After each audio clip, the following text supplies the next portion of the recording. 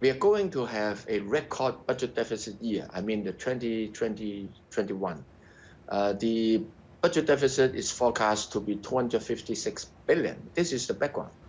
And in the coming year, 21-22, we are going to roll out support measures, and with all these measures, we are going to have another budget deficit over $100 billion.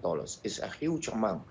And this amount has already taken into consideration the green bond issuance this year to the order of 35 billion, and the write-back of accrued interest from future fund of 25 billion. So as you can see, I think perhaps the current relief measures that we are going to roll out is to the best of our ability in these circumstances.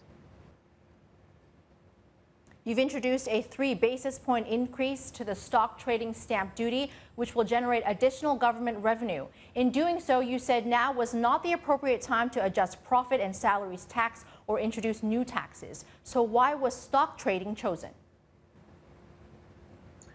Well, our stock market has been performing very well, and over the years, we have launched a number of different initiatives to further enhance the competitiveness of our stock market.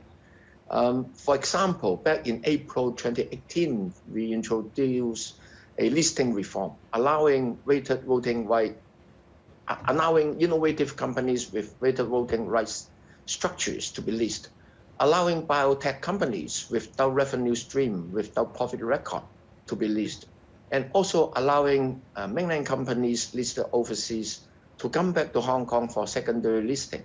So with all this initiative, we can see the Hong Kong market has been doing very well, very active. The volume has gone up quite a bit.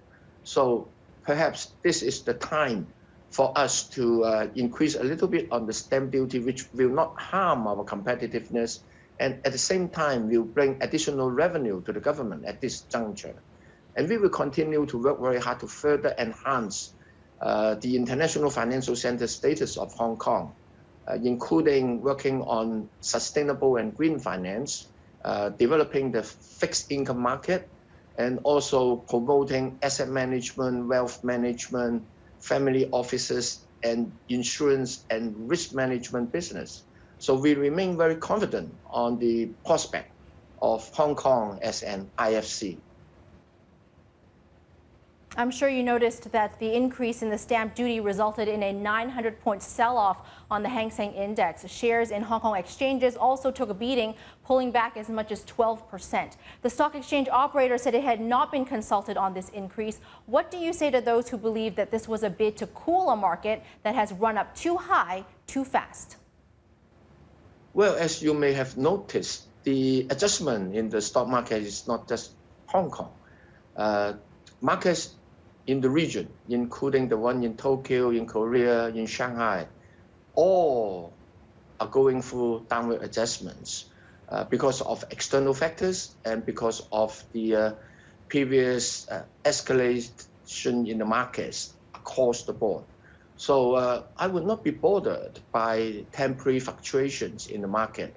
What we believe is that we continue to work hard to enhance the offerings of our market, to further enhance the competitiveness and attractiveness of the Hong Kong market. We will continue to attract inflow of international capital.